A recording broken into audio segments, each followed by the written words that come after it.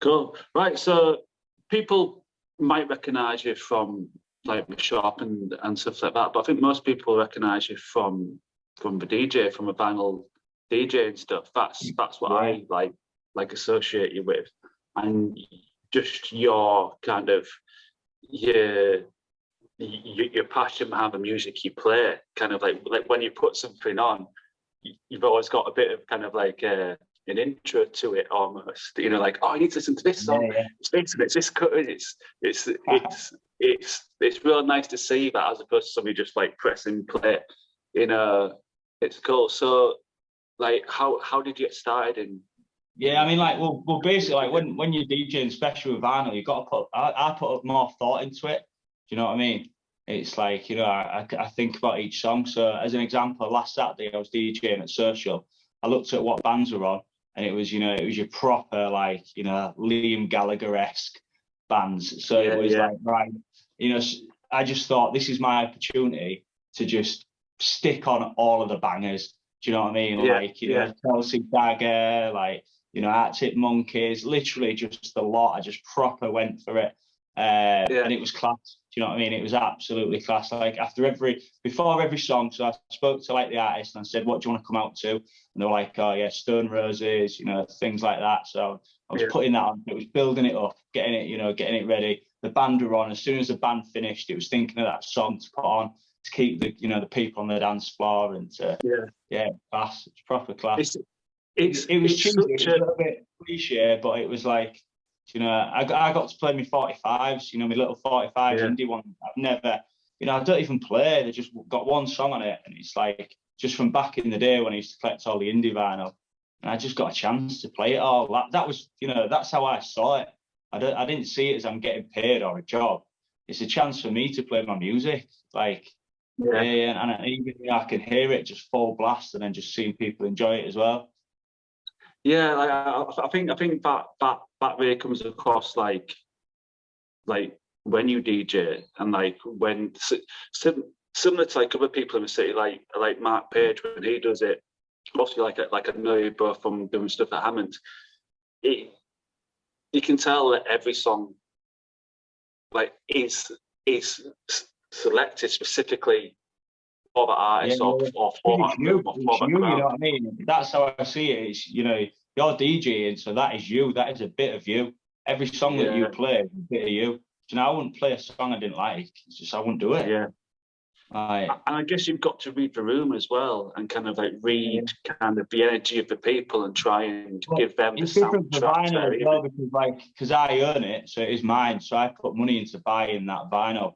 So if you're like a DJ that, you know, that's just doing it through Spotify or whatever like that, they don't own that song. They can put on whatever they want. So they could put a song on maybe that they don't like, but I ain't going to buy a vinyl that I don't like. Do you know what I mean? Of course, It's my collection. Yeah, so I'm letting you into my collection almost.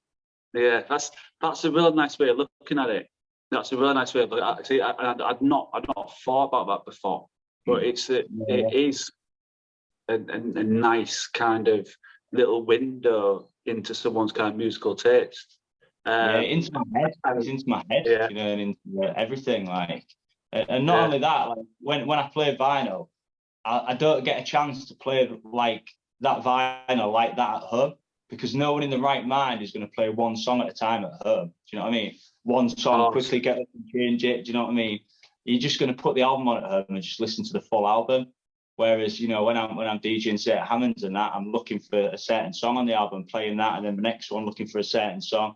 So it's, you know, it's played differently to how I normally play my vinyl. So what kind of stuff I listen to at the moment then? Like, what's the last few bits you've?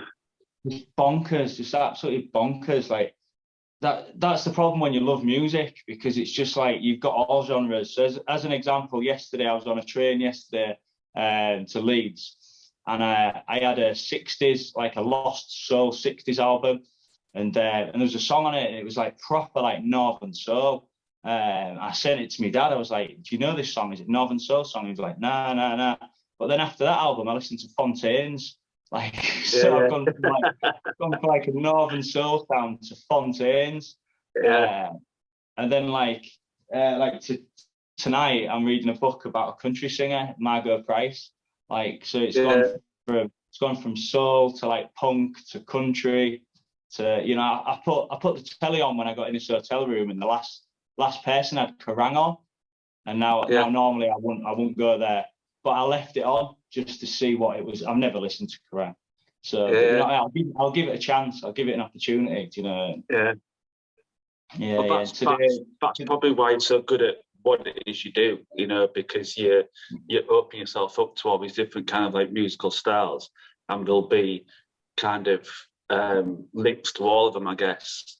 Yeah, massive links. It's mad. The links are crazy because, like, during lockdown, I've always wanted to listen to hip hop, but I've never had a chance or time to understand it and to appreciate it. So during lockdown, I had time. So what I did is I went back to the roots. So I went to like the beginning of hip hop and how it was, like, you know, created. So like through like the poets and things like that, and in like New York, Bronx, and, you know, the guys on the microphone, just like in between songs and that. And I started with the beginning of hip hop, and then I went right through, and I got right into hip hop. And then from hip hop, that took me to jazz, because the hip hop that I really liked was the jazz hop that had the jazz elements in it. And I never in my life thought I'd get into jazz. Do you know what I mean? I even had a vinyl. It was a really like rare, like John Coltrane vinyl. And I thought, I'm never gonna listen to jazz. And I flogged it. It was like 90 quid or something. So, you know, I did all right from it. But I thought, I wish I kept it now, because like I love jazz. Like, you know, it's matter of change. You can just change, you know, like your genres and what you like and what you love. Like as a child, when I was younger, I was very more tunnel vision. You know, it was weird. It was, I only liked this certain type of music, and, you know, I didn't step away from it too much. So like growing up, was your always music played like in the house, or was it literally in your room with your earphones on? My dad had a record player, so he would play like your James Brown, your Sam Cooke, Sam and Dave, you know, a bit of Rod Stewart, and then my mum, her music taste was awful, man. It was like Paul Young and Gary Glitter and stuff. And then my sister would listen to like pop music, so like Take That and Anastasia and that. And then we used to have Viking FM on, and Viking FM there would have just like Natalie and Brulier and stuff like that. And then like Oasis came, so it was like the Britpop, and that, you know, I really that you know meant something. It was like Oasis and Blair, and I hated Blair, which is like mental, because I love Blair now, isn't it? But at the time I loved Oasis, so it was like, no, I can't like Blair. And it was and then now again I've just bought Graham Coxon's autobiography as well, you know, from like Blair. But so I had that indie, and then when I started going out, there was nowhere really that played indie, and it was all R&B. But I liked to dance to R&B. You know, after a few drinks and that, and going down George Street, and I got right into the R&B, but I never listened to it at home, and I never appreciated the R&B. Like, so I danced to it, but I would be like, nah, they should be playing indie and that. But I did dance to it. I did like it, I guess. But and then again, like years later, I went back and say like D'Angelo's album. So D'Angelo, I don't know if you know him. His album, like, it's got like Devil's Pie in it and stuff like that. Like, his album is just him on the front cover with his top off, and I was just like, oh, you know what I mean? He's just doing it to get the girls and this, that, and the other. But I listen to it now, and man, that guy is a genius. Do you know what I mean? Like, what he put together on that, and when you listen to it properly and when you appreciate it, it's up there, like, you know, Al Green, like. It's really wow. That's some company, that. Yeah. I mean, I've not listened to too much D'Angelo. I remember kind of when he kind of like came out and stuff, but I was kind of like similar to you in respect of like I liked my indie music. When I was a bit younger, I liked like my hip hop, because one of my uncles was really into it, like Public Enemy and Cypress Hill and like that type of stuff. So I got into that when I was like early teens, mainly probably because we were swearing and stuff. But then, the whole Blair Oasis kind of thing kicked off, and I just got kind of drawn into that. And then I think like I started like listening to other genres. You know, when I worked in Spain when I was 17, so I think like then it was part about becoming independent, becoming like, you know, finding yourself. And it was, I discovered like, you know, I discovered alcohol, I discovered music, I discovered women. It was like a bit of everything really at the same time. I started getting into like Lou Reed and like Van Morrison and stuff like that. Damien Rice. Just started, you know, broadening my horizon. So, and then I started playing guitar as well. That completely changed things. So that got me into more folk and sort of more country. And So when did you start DJing then? Was that why you went out to Spain, or is it something that you just picked up kind of? No. So I remember when I was 17, Sam Venton, like my best mate, he started Jelly on a Thursday night at Welly. I worked with him at Top Man. And it was right at the change when like the Strokes came out, like 2005. So that, you know, you had the Strokes, the Killers, Kaiser Chiefs, you know, all that like going on, Libertines, and he started the night just at perfect time. And we first went, and you know, people didn't catch on to it yet. He was there with a smoke machine, and I would go down and give him a hand pressing the smoke machine because nobody was on the dance floor. And then all of a sudden, just bam, you know, people just got it, and it was mental. It was like, you know, the place was packed, and it's just still now after like nearly 20 years, it's like his busiest night on a Thursday, you know, Jelly. Yeah. Well, yeah. Well, it's just, is it a Thursday night at Welly?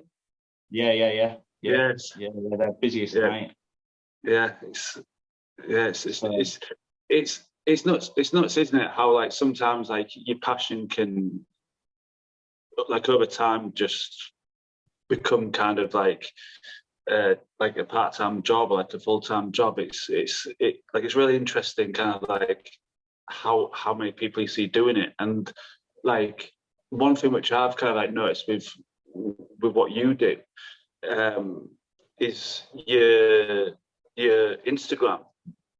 Like it's so good. I mean, the amount of music I've listened to, just because I've seen you post about it, and the way you post about, obviously in this like digital age where everything needs an image, you've just got a really good eye for kind of like packaging my album right, you know, with a little coffee table with a cup. And it was an album. I think it was Teskey Brothers or something. I just had it on the coffee table as I was having a cup of tea, and I thought, oh, that looks quite good. And I took a picture, and that was it.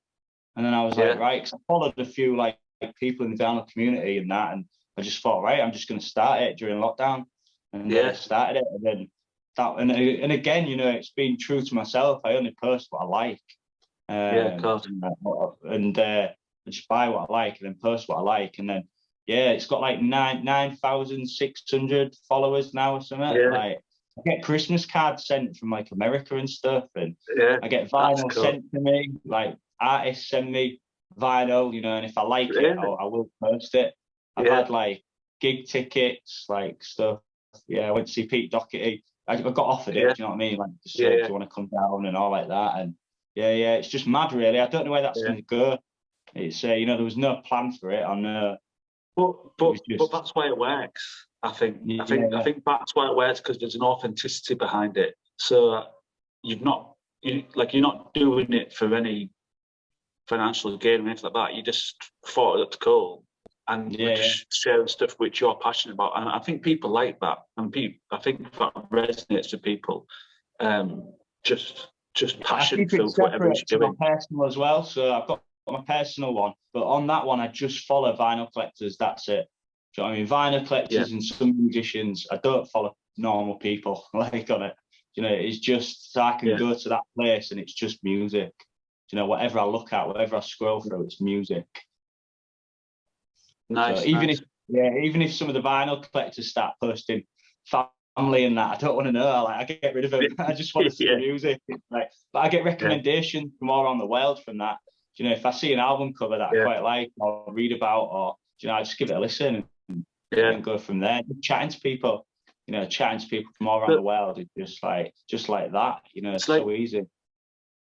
Well, like the vinyl kind of like scene seems to have had like a bit of a revival like over the last couple of years, and like what's that been like within the community? You know, like how was that viewed by the people who, for a lot of people, vinyl never went away. You know, that was always how it is. It? I mean, yeah, it's all good. You know, I've never seen anything bad, obviously, about it, because, you know, the more the better, really. The only problem at the minute is just the price.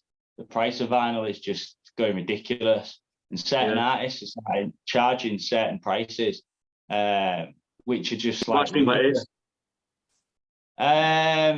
Because they can, because people are now buying vinyl, because people are now buying it, and there's a need for it. You know, if somebody will pay a certain price, like 40 quid for a vinyl, they'll put it at 40 quid. It's sad, man. It's really sad. And it's by artists that I like as well, do you know? And I know it's maybe not to do with their, you know, the artist, but still, they're like, you know, the taking piss, the milking the fans, you know. It's like, because you get new artists who like make a vinyl, and their charge is set maybe 15 quid for it. So you know that someone could make a vinyl for 15 quid. Yeah. All right. So they're a new artist, so they want to get out there, and they, you know, and you buy it off Bandcamp, their own Bandcamp. Yeah. But then you've got someone like Paul Weller, who's, you know, it's Paul Weller. I just wanted his album, but it's 40 quid. Yeah. There's no reason for it to be 40 quid. It's not limited edition. Yeah. It's not, you know, it's not signed. You don't get anything with it. It's just a reissue of one of his old vinyls. Yeah, but like, I don't know. Like I've got on one hand, yeah, I'm with you on that with the price kind of thing. I've gone in and I'm like, I can't remember what I was looking at. I think there's a band called Big Thief. I was looking at their album and it was like 38 quid. And I was like, I'm not paying 38 quid for vinyl. That's what I didn't buy it. So instead, I should listen to it on Spotify. But then as an artist, or at least somebody who tries to be an artist and tries to create music, if I was to put out an album, part of the romance around releasing an album is creating kind of the track order. I mean, I bet you could probably recite the track order from What's Story Morning Glory now. You know what I mean? Most people are our age. It's meant to be listened to like that, isn't it? And it's exactly. And I think with current music platforms, people don't consume music like that. No. So I don't own Spotify, so I don't own any music streaming. I'm really thinking about it at the minute. Yeah. Especially with me traveling. There's pluses and minuses. Yeah, because I thought about putting my DJ sets, because a lot of people messaged after my last one saying, do you have Spotify? And, you know, you could put it on a playlist, my set. Like, a lot of people messaged me, like, when I got this new job, people messaged saying, which is mad, like, in my inbox saying, your set that you did the other night, because I write my set down on my Instagram. Yeah. Like, your set you did the other night, I've listened to it, I've put it on my Spotify and put it as a playlist. I had 3 people say that to me. And then 3 people didn't even like the post, didn't even acknowledge they'd seen it, but they'd done that, you know. So I think, like, I could do that, you know, as somewhere else to take it. But again, that kind of again just highlights the problem with creation. Because obviously, like, building a playlist, that's you being creative. The same as an artist building an album, having that track listing, that's them being creative. And the fact that those people haven't liked or shared or whatever, you know, then as an artist, imagine you've never said like that you've listened to some of the recommendations, and it's mental. It's like, how far does it actually go? You know, it's like it's crazy. Like it's that thing, isn't it? Like I love van. I don't have much because I'm traveling around in the van, but stuff which I do have in there, I love it. And I don't. You should get a player in your van. You should get a player in your van. Some people do. Van. I've got one. Yeah. I've got one. So I don't listen to Spotify really unless I'm actually driving. But when I'm like relaxing in my back, I'll put a vinyl on. I've got maybe 10 albums in there. I'll put a vinyl on and I listen to a full album. And I love that story arc of an album. So that's where I can kind of justify the price, because that artist is essentially, well, I hope that artist is saying, no, listen to these songs in order, because the order matters. When you take away the physical restriction of vinyl and you put it on Spotify or Apple or whatever, people can be 10 seconds into a song, just skip. You know what I mean? But the thing with vinyl as well is you never lose that money. So if I bought a vinyl yesterday, so I was in Leeds yesterday, I bought a vinyl, Mark Ronson, 15 quid. I'm never going to lose that. It's only going to be 15 quid or more. Yeah. So it's an investment as well. You know, like my collection now is worth something like nearly 30 grand or something. So it's all, you know, it's only going to go up. Well, and especially when you consider with things like Spotify and like Apple, you don't own the music. Like, I got my first Apple thing today. So my work phone today, I got given my new work phone. It was Apple. I nearly give it back. I was like, I've never owned an Apple. I've never owned anything Apple in my life ever. Yeah. Well, like I remember when the iPod came out. Like I got one and found like all my CDs on it and stuff like that. But then every time a new album came out, I'd buy it on like iTunes, because obviously that's how I'm listening to my music. And that continued for 5 or 6 years. Then I just got sick and tired of Apple, so I wanted to move to like Samsung or whatever. And all that music which I'd bought over 6 years, and I buy a lot of music, you know. So like we're talking a good 5 or 6 grand, let's say, over the course of like 5 or 6 years, gone. Because I'm no longer using Apple. You just renting it, aren't you? You get a download code, so you get an MP3 of it. So every vinyl, I get an MP3 of the vinyl, as you know, of the songs as well. So I own that, and I've got all that on my phone. So I've got like 4,000 songs on my phone that I could use, you know. And that transfers across. Yeah, I have it backed up.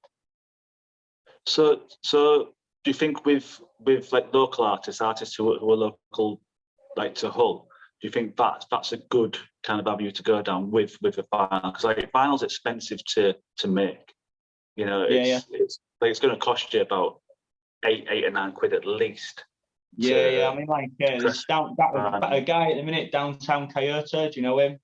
Like, I've brilliant. Been messaging him, man. Like I want to play one of his songs, but I can't. It's like I really want to. Like it'll fit in perfect. And I've said to him, get a vinyl going, and he's not having it. He's like, I might do a tape, and I'm like, no, just do a vinyl, please. Slow Days, Slow Days music. I've got his. Alex. Alex. Paddingtons. I played them at weekends. You know,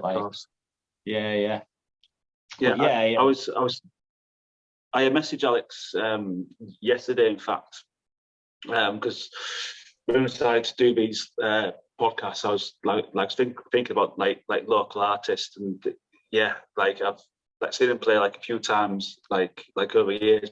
The stuff he's releasing at the moment, really good. Like the sound is making it, absolutely brilliant. Another level. It's really good stuff. So who else have you seen kind of like in the local kind of area, like who you like? You've got like Low Hummer. So Low Hummer, they released a vinyl, but what they did is they did a collaboration with a company called Dinked. So they're like basically like, it's like they dink the vinyl and do it like it's a certain colour. So what's that done for them is it's sold dink vinyl, doesn't matter who the artist is, people would just buy it. So they don't even know who the artist is sometimes, and they'll just buy it. Literally, it sells out like that within like, cool. 500 gone like that. And Low Hummer ended up in like the vinyl chart because they did a dinked. So like Wow. that, and I can see, you know, my friends from like, you know, well, they're not friends, but you know, people who I follow, people in like China and stuff with Low Hummer album, and it's like, you know, people in America with it, and it's just like, what? Do you know? It's crazy. Like they're not even like huge in Hull or anything, and I'm seeing like people have them across, you know, around the world just because of that. Yeah, that's cool. And I didn't get one. I didn't get one. Like I tried, I was too late. Yeah. It's, you know, 50, 60 quid now. Yeah. Is it? Yeah. Yeah, because I always used to see loads of local vinyls at Book Vinyl when I was in Hammond, and there's another one in Beverley, wasn't there? So I've seen like a few like local vinyls in there. Vinyl. You don't say vinyls, so it's against the law. Sorry, mate. Vinyl. Sorry. Vinyl. You say records. Yeah, records. Sorry, mate. I should have brushed up on my on my knowledge. But yeah, there's been some brilliant ones over the last few years. Obviously, Life released one, you know, which was like great as well. So there's some really cool stuff kind of coming out from Hull. It'd be nice to see it transition into some of like. As an example, like last Saturday when I DJ'd at Social, there were 3 local bands on. Now, none of them were big bands. You know, it was the Avenues, it was Dylan Ward, and it was Jamie Lutkin's band. And it sold out. It nearly sold out. Nearly 300 people. Like in January. Well, like, I've heard brilliant things about that night. Like obviously, like I'm away at the moment, so my finger isn't really on the pulse. But the amount of people who I've heard talking about Social on a Saturday night, I think they've done. Should have been done years ago. Yeah, because it's. I think we've done 2 or 3 up to now, and each one's been near enough sold out, and each one's been brilliant. You know, it's really important that Hull gets these little shots in the arm, like every now and again, from venues, kind of like taking a chance. Like that's what it is, isn't it? Like venues taking a chance. And not just that, it's like just what it needs to happen is that people just turn up no matter who's playing. So they're just turning up because they know that music's on. So, you know, if you went to the Brunel Social Club in Leeds, it's just made for music. You know, you could go there any night and have a good night. You know what I mean? And same with that. It should just be, it's Saturday night, it's music night, I'll go. Do you know what I mean? I'll pay the 3 quid, 5 quid whatever to get in because there's just music on. Yeah. And I think that's what'll happen because there's nowhere around there that does it. And hopefully, hopefully, like as a city, it'll start. I know Polar Bear are doing some new nights out. I can't remember what the night's called. Sonic Union. I've actually made that up. Yeah, I think they did one with at the minute. I think it's just Tuesday, Saturdays at the minute, but because it's my staff meeting do on Friday, and I'll look to see if Polar Bear was open, and I don't think it is. Well, I know they obviously do the sesh on a Tuesday, but I'm sure they started a new night. I saw Jack Conman played it the other night. Have you heard his new single, by the way? No. Check out Jack Conman, Utopian Bliss. Really good. Yeah. Really good. When you go to Polar Bear as well, though, that's the community, innit? You got that community feel. Yeah, definitely. Yeah, and that's the thing which is so good about kind of the whole like music scene, because everyone's kind of in it together, and everyone kind of typically builds each other up and helps each other out. You know, it's that kind of, you know, a rising tide like raises all ships, or the quote. Yeah. You know, it's really nice to see, and like going back to like Jack Conman, I remember when he first like started out, he was playing nearly every night, just working constantly. And like, look at him now, like his like streaming figures are incredible. for like an unsigned artist, and his music's spot on, and Yeah. it just shows what hard work and passion to your craft, you know, does. Same with yourself, you know, like 9,500 followers on your Instagram, just by being passionate about what it is you're doing and having hobby. Yeah, just sharing your hobby. Yeah. It's cool. It's cool. So where can people see you like next then? Like, where's your next gigs? I'm going to be in social hopefully in a couple of weeks. There's a band, a cracking band on. He's on Fest as well. A guy called Vega Rally. He's part of. So it's part of a record, not a record company, but part of a label that's based in Manchester. Now that's interesting. The Spirit of Spike Island called. So it's kind of like Spring Roses type things like that.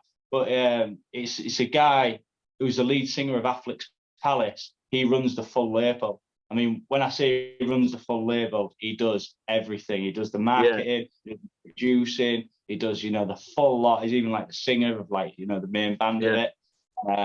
So I've seen him when he does a night. So when Affleck's Palace tour, the other two bands who are supported are part of the label as well. Yeah. So it's literally just all one night, all one label, all the same type of music. So I went to Nottingham to see these three bands, up to see Affleck's Palace and Pastel. And the other kid on it was Vega Rally, and he was amazing. He's just like a one-man band. Right. It sounds like a full band, but it's just him on his own. And they've booked him at Social, and they've booked him on Fest, which is, I think, is crazy. So I've asked to play that because I'd like to play when he's on. Ah, nice. So so hopefully then, I think it's the second week of Feb. Second week of February. What we'll do is we'll try and put links to everything to accompany this episode. So all the gigs you've talked about, a couple of the tunes, and obviously your links. We'll attach all that onto to the episode. But it's been great talking to you, man. Your passion for music just comes through, and I hope you keep on posting, the picture with vinyl and your thoughts on them as well, because you don't just post a picture and whatever. You'll put some thoughts on it. You'll give it almost like a synopsis. It's great, So I have wrote about it. I've always thought, shall I write about it or not? And I never really have. I just put who the artist is, the album, the genre. You've done it a couple of times. Who they sound like, and then my favourite song. And I think that's all you need to know, really. If you read that, you kind of know whether you're going to like it or not. Yeah. Well, keep up, man, because it's appreciated by a lot of people. I do know that.